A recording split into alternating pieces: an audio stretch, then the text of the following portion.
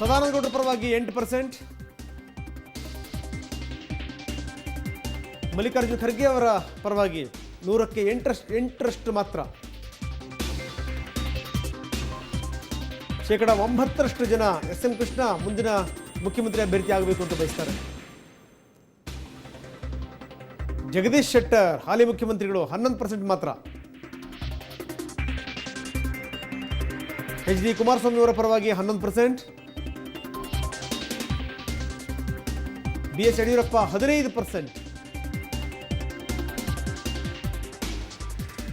ಸಿದ್ದರಾಮಯ್ಯ 21%. ತುಂಬ ಸ್ಪಷ್ಟವಾಗಿ ಗೊತ್ತಾಗ್ತಾ ಇದೆ ಸಿದ್ದರಾಮಯ್ಯನವರ ಪರವಾಗಿ ಜನರ ಒಲವಿರುವಂಥದ್ದು. ಮುಂದಿನ ಮುಖ್ಯಮಂತ್ರಿ ಹುದ್ದೆಗೆ ಅಭ್ಯರ್ಥಿ ಅಂತಂದರೆ ಸಿದ್ದರಾಮಯ್ಯ ಅಂತ 100ಕ್ಕೆ 21% ಜನ ಹೇಳ್ತಾರೆ ಸಿದ್ದರಾಮಯ್ಯನವರೇ ಮುಖ್ಯಮಂತ್ರಿ ಹುದ್ದೆಗೆ ಸೂಕ್ತ ಅನ್ನುವಂಥ ಮಾತು.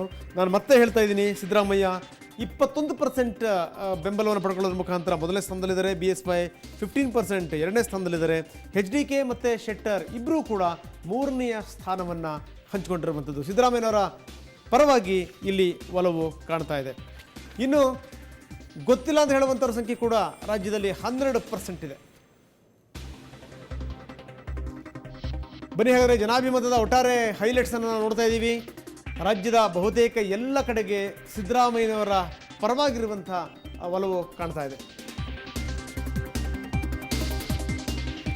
ಇನ್ನು ಸಿದ್ದರಾಮಯ್ಯನವರಿಗೆ ನಿಕಟ ಪೈಪೋಟಿ ನೀಡಿರುವಂಥದ್ದು BS ಯಡಿಯೂರಪ್ಪ ಈಗ BJP ಬಿಟ್ಟಾಗಿದೆ, KJP ಕಟ್ಟಿಯಾಗಿದೆ ಈಗ. ಆದರೆ ಈಗಲೂ ಕೂಡ ಜನ ಯಡಿಯೂರಪ್ಪನ ಪರವಾಗಿ, ಯಡಿಯೂರಪ್ಪನವರೀಗ 2ನೇ ಸ್ಥಾನದಲ್ಲಿದ್ದಾರೆ. ಕುಮಾರಸ್ವಾಮಿ ಅವರಿಗೆ ಮತದಾರ 3ನೇ ಸ್ಥಾನವನ್ನು ಕೊಟ್ಟಿದ್ದಾನೆ. ಅದೇ ರೀತಿ ಜಗದೀಶ್ ಶೆಟ್ಟರ್ ಅವರಿಗೂ ಕೂಡ 3ನೇ ಸ್ಥಾನ ಸಿಕ್ಕಿರುವಂಥದ್ದು. ಯಾಕಂದರೆ HD ಕುಮಾರಸ್ವಾಮಿ ಮತ್ತು ಶೆಟ್ಟರ್ ಇಬ್ಬರೂ ಕೂಡ 3ನೇ ಸ್ಥಾನವನ್ನು ಹಂಚಿಕೊಂಡಿರುವಂಥದ್ದು. ಖರ್ಗೆ ಪ್ರಾಬಲ್ಯ ಇರುವಂಥ ಹೈದರಾಬಾದ್ ಕರ್ನಾಟಕ ಭಾಗದಲ್ಲಿ ವೆರಿ ಇಂಪಾರ್ಟೆಂಟ್ ಪಾಯಿಂಟ್ ಇದು.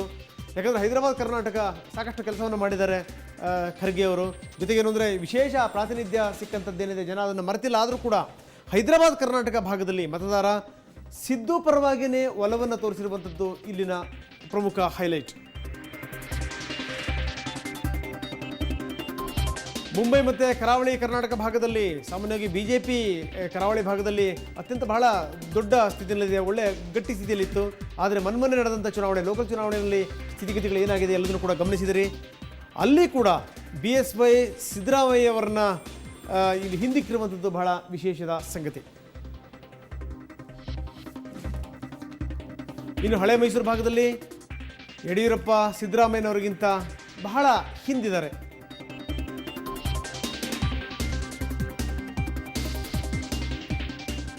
ಎಸ್.ಎಂ. ಕೃಷ್ಣ ಸ್ಪರ್ಧೆಯಲ್ಲಿಲ್ಲ ಅಂದರೂ ಕೂಡ ಅವರ ಹೆಸರು ಇನ್ನೂ ಕೂಡ ಮತದಾರರ ಮನಸ್ಸಲ್ಲಿದೆ. ಈಗಲೂ ಕೂಡ ಮುಖ್ಯಮಂತ್ರಿ ಎಂದಾಕ್ಷಣ ಪಟ್ಟಿನಲ್ಲಿ ಬರುವಂಥವರು ಕೃಷ್ಣ ಕೂಡ ಒಬ್ಬರದ್ರಲ್ಲಿ. ಕರಾವಳಿ ಭಾಗದಲ್ಲಿ ಸದಾನಂದಗೌಡರು 3ನೇ ಸ್ಥಾನಕ್ಕೆ ಹೋಗಿರುವಂಥದ್ದು ವಿಶೇಷ.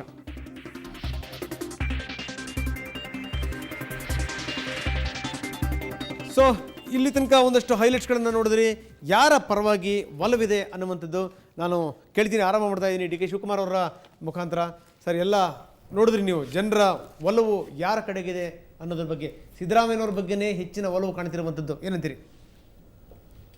ನಾನು ತಾವೇನು ಸಮೀಕ್ಷೆ ನಡೆಸಿದ್ದೀರಿ, ಅವರು ವಿರೋಧ ಪಕ್ಷದ ನಾಯಕರಿದ್ದಾರೆ, ಕಳೆದ 4 ವರ್ಷದಿಂದ ಕೆಲಸ ಮಾಡಿದ್ದಾರೆ, ಈ ಸರ್ಕಾರದ ವೈಫಲ್ಯವನ್ನು ಎತ್ತಿ ತೋರಿಸಿದ್ದಾರೆ.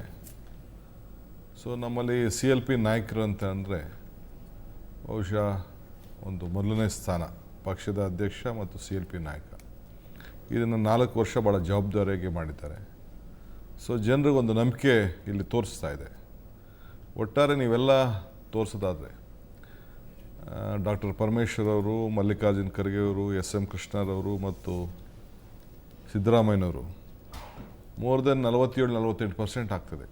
ಅಂದರೆ ಕಾಂಗ್ರೆಸ್ ಪಕ್ಷದ ನಾಯಕರುಗಳಿಗೆ ಈ ರಾಜ್ಯದಲ್ಲಿ ಜನ ತೋರಿಸಿದಂಥ ಒಂದು ಮುಖ್ಯಮಂತ್ರಿ ಸ್ಥಾನಕ್ಕೆ. ವಿರೋಧ ಕುಮಾರಸ್ವಾಮಿ ಅವರಿಗೆ ಒಂದು 11% ತೋರಿಸಿದ್ದಾರೆ. BJP ಅವರಿಗೆ ಒಂದು 3 ಜನಕ್ಕೂ ಸೇರಿಸಿ, KJPನೂ ಸೇರಿಸಿ ಒಂದು 30%, 33% ತೋರಿಸಿದ್ದಾರೆ. ಸೊ ಒಟ್ಟಾರೆ ಈ ರಾಜ್ಯದಲ್ಲಿ ಕಾಂಗ್ರೆಸ್ ಪಕ್ಷ ನಾಯಕರುಗಳಿಗೆ ಹೆಚ್ಚು ಒಲವು ಇಲ್ಲಿ ಒಟ್ಟಾರೆ ಕಾಣ್ತಾ ಇದೆ. ಸಿದ್ದರಾಮಯ್ಯನವ್ರಿಗೆ ಮುಂದೆ ಕೊಟ್ಟಿದ್ದಾರೆ, ಬೇರೆಯವ್ರಿಗೆಲ್ಲ ಹಿಂದೆ ತೋರಿಸಿ ಒಂದು 47% ಇನ್ನೊಂದು ತಿಂಗಳಿದೆ, ಸ್ಥಿತಿಗತಿಗಳು ಏನ್ ಬೇಕಾದ್ರೂ ಆಗ್ಬೋದು ಅಂತ. ಭಟ್ರು ಹೇಳಿದಾಗೆ ಇಲ್ಲಿ ಏನಾದರೂ ಎರಡೇ ಹೆಸರು ಇದ್ದಿದ್ದಿದ್ರೆ ಅದರೊಳಗೆ 20% ಇನ್ನೊಂದು 10% ಬಂದು ಅದೇ 30%ಗೆ ನಿಲ್ತಕ್ಕಂಥ ಸಾಧ್ಯತೆ ಜಾಸ್ತಿ ಆಗ್ತಾ ಇತ್ತು. ಈಗ ಒಟ್ಟಿಗೆ ಹಾಕೊಳ್ಳಿ, ಕೆಜೆಪಿ ಸೇರಿಸ್ಕೊಳ್ಳಿ. ಅಲ್ಲಲ್ಲ, ಕೆಜೆಪಿ ಒಳಗೆ ಇನ್ನೂ 2 ಹೆಸರು ಸೇರಿಸಿದ್ರೆ ಕೆಜೆಪಿ ಸಂಖ್ಯೆನೂ ಜಾಸ್ತಿ ಆಗೋ ಸಾಧ್ಯತೆ ಇತ್ತು, ಅಥವಾ ಬಿಜೆಪಿ ಒಳಗೆ ಇನ್ನೊಂದು 2-3 ಜನ ತೋರಿಸಿದ್ರೆ ಈ ಸಂಖ್ಯೆನೂ ಜಾಸ್ತಿ ಆಗ್ತಾ ಇತ್ತು. ಆದರೆ ಒಂದೇ ಒಂದು ವಿಚಾರ ನಾವಿಲ್ಲಿ ಗಮನಿಸಬೇಕಾಗಿರ್ತಕ್ಕಂಥದ್ದು ಅಂತ ಹೇಳಿದರೆ, ಯಾರಿಗೂ ಪಾಸಿಂಗ್ ಮಾರ್ಕ್ಸನ್ನು ಜನ ಕೊಟ್ಟಿಲ್ಲ.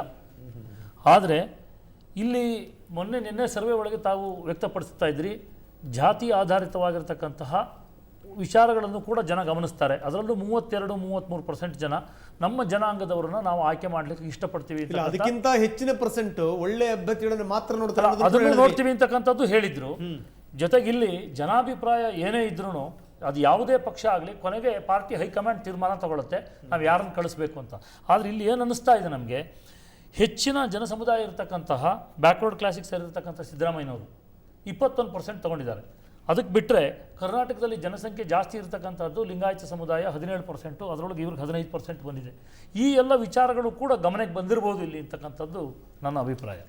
ಭಾರದ್ವಾಜ್ ಅವರೇ, ನಿಮ್ಮ ಅಂಕಿ ಅಂಶ ನಿಮ್ಮ ಸರ್ವೆ ನೋಡಿದಾಗ ನನಗೆ ಭಾರಿ ಆಶ್ಚರ್ಯ ಆಗ್ತಾ ಇದೆ.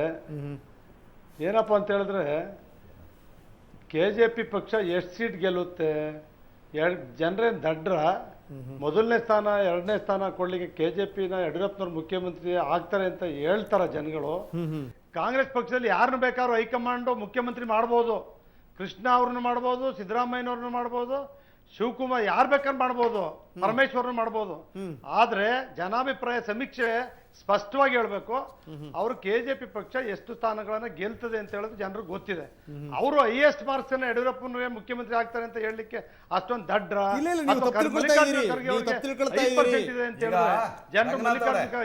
ರಾಜ್ಯದಲ್ಲಿ ದಲಿತ ಮುಖಂಡ ನಾಯಕರು ಸರಿಯಾದ ಸರ್ವೆ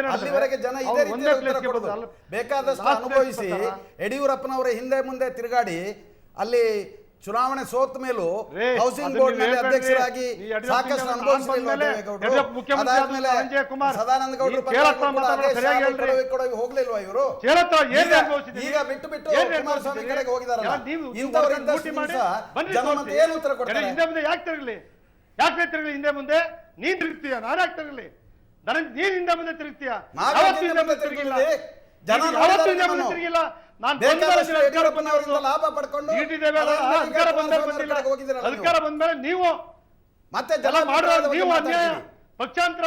ನಾನು ಮುಂದೆ ಬಂದಿದ್ದೀನಿ, ಅಧಿಕಾರ ಕೊಡ್ಬೇಕು ಅಂತ ತೀರ್ಮಾನ ಮಾಡಿ ಬಂದಿದ್ದೀನಿ ರೀ. ಯಡಿಯೂರಪ್ಪ ಮುಖ್ಯಮಂತ್ರಿ ಮಾಡ್ಬೇಕು ಅಂತ ಹೇಳಿ ತೀರ್ಮಾನ ಮಾಡ್ಕೊಂಡು ಬಂದಿದ್ದೀನಿ. ಹಿಂದೆ ಮುಂದೆ ತಿರುಗ್ತೀನಿ, ನಿನ್ನ ಹಿಂಗೆ ಏನ್ ಮಾತಾಡ್ತೀರಿ? ಸರಿಯಾಗಿ ಮಾತಾಡ್ರಿ. ಮಾಡಿದ ತಕ್ಷಣ ಜನರ ಅಭಿಪ್ರಾಯ ಬದಲಾವಣೆ ಆಗುದಿಲ್ಲ. ದೇವೇಗೌಡ್ರೆ, ಯಡಿಯೂರಪ್ಪ ಮುಖ್ಯಮಂತ್ರಿ ನೀವು ಕೋಪ ಪ್ರದರ್ಶನ ಮಾಡಿದ ತಕ್ಷಣ ಜನರ ಅಭಿಪ್ರಾಯ ಬದಲಾವಣೆ ಆಗುದಿಲ್ಲ. ಜನರಿಗೆ ಸ್ಪಷ್ಟ ಅಭಿಪ್ರಾಯ ಇದೆ, ನಿಮ್ಮಂತವರ ಬಗ್ಗೆ ಸ್ಪಷ್ಟ ಅಭಿಪ್ರಾಯ ಇದೆ. ಚುನಾವಣೆ ಬರ್ತದೆ, ನೋಡ್ಕೊಳ್ಳಿ. ಚುನಾವಣೆಯಲ್ಲಿ ಮುಂದೇನು ಹಿಂದೆ ಮುಂದೆ ತಿರ್ಗಲ್ಲ, ತಿಳ್ಕೊಂಬಿಡ್ರಿ. ಹೇಳ್ತೀನಿ, ನೀನ್ ಬಾಯಿ ಬರ್ಕೊಂಡು ತಿರುಗ್ತಾ ಇದೀಯ. ನೀನ್ ಬಿಜೆಪಿ, ಆವತ್ತಿದ್ದ ಬಿಜೆಪಿ, RSS, ಕೇಂದ್ರದಲ್ಲಿ ಮಂತ್ರಿ, ನೀನ್ಯಾಕೆ ಯಡಿಯೂರಪ್ಪ ಬಂದೇ ಹೋಗಿದ್ಯಾ? ನೀನು ಮಂತ್ರಿ ಕೊಟ್ಟಿದ್ದ ಯಡಿಯೂರಪ್ಪ, ನೀನ್ಯಾಕೆ ಹೋಗಿದ್ಯಾ? ಕೇಂದ್ರದಲ್ಲಿ ಮಂತ್ರಿ ಮಾಡ್ತಿಲ್ಲ ಬಿಜೆಪಿ, ದೇವೇಗೌಡ್ರ ನೀ ಯಾಕೆ ಹೋಗಿದ್ಯಾ? ಮಂತ್ರಿ ಮಾಡ್ಲಿಕ್ಕಾಗಿ ಯಾರ ಜೊತೆಗೆ ಹೋಗ್ಲಿಕ್ಕೆ? ನೀನ್ ಕೇಂದ್ರ ಮಂತ್ರಿ ಆಗಿಲ್ವಾ? ನೀನು ಕೇಂದ್ರ ಮಂತ್ರಿ ಆಗಿದ್ರೆ ನನ್ನ ಹಕ್ಕಿನಿಂದ ಆಗಿದ್ದೇನ್ರಿ. ನೀನ್ ಯಾಕೆ ಹೋಗಿದ್ಯಾ? ಯಾರ ಹಿಂದೆ ಶಾಲು ಕೊಡಕೊಂಡು ಹೋಗಿ ನಾನು ಯಾವುದೋ ಅಧಿಕಾರ ತಗೊಳ್ಳಿಲ್ಲ, ನನ್ನ ಹಕ್ಕಿನಿಂದ ಆಗಿದ್ದೇನೆ. ನಾಲ್ಕು ಸಾರಿ ಜನರಿಂದ ನಾನು ಲೋಕಸಭೆಗೆ ಆಯ್ಕೆ ಆಗಿದ್ದೇನೆ, ಮರಿಬೇಡಿ. ತ್ಯಾಗ ಮಾಡಿ ಬಂದಿದ್ದೇನೆ, ಜನತಾಳು ಗೆದ್ದು ನಾನು ಮುಖಂಡ ಆಗ್ತಾ ಇದ್ದೆ, ಸೋತ್ ಬಂದಿದ್ದೀನಿ ನ್ಯಾಯಕ್ಕೋಸ್ಕರ. ನೀನೇ ನ್ಯಾಯ ಹೇಳ್ತೇನೆ, ನಿನ್ಗೆ ಗೊತ್ತಿದೆ ಎಲ್ಲರಿಗೂ. ಬಂದ್ ನಿಂತ್ಕೊಂಡು ನೋಡೋಣ ಚುನಾವಣೆಗೆ, ಗೊತ್ತಾಗತ್ತಲ್ಲ ಮುಂದೆ ಚುನಾವಣೆ. ಕಲ್ತ್ಕೊ. ಹಿಂದೆ ಮುಂದೆ ಯಾಕೆ ಮಾತಾಡ್ತೀರಿ? ನಾಯಿನರಿಗೆಲ್ಲ ಅಧಿಕಾರ ಕೊಟ್ಟಿದ್ದೀರಿ, ರಾಜೀನಾಮೆ ಕಾಂಗ್ರೆಸ್ ಇಂದ ಕೊಡಿಸೋ ಅಧಿಕಾರ ಕೊಟ್ಟಿದ್ದೀರಿ, ದಳದವ್ರಿಗೆ ಗೆದ್ದಿರೋ ಕರ್ಕೊಂಬಂದ ಅಧಿಕಾರ ಕೊಟ್ಟಿದ್ದೀರಿ.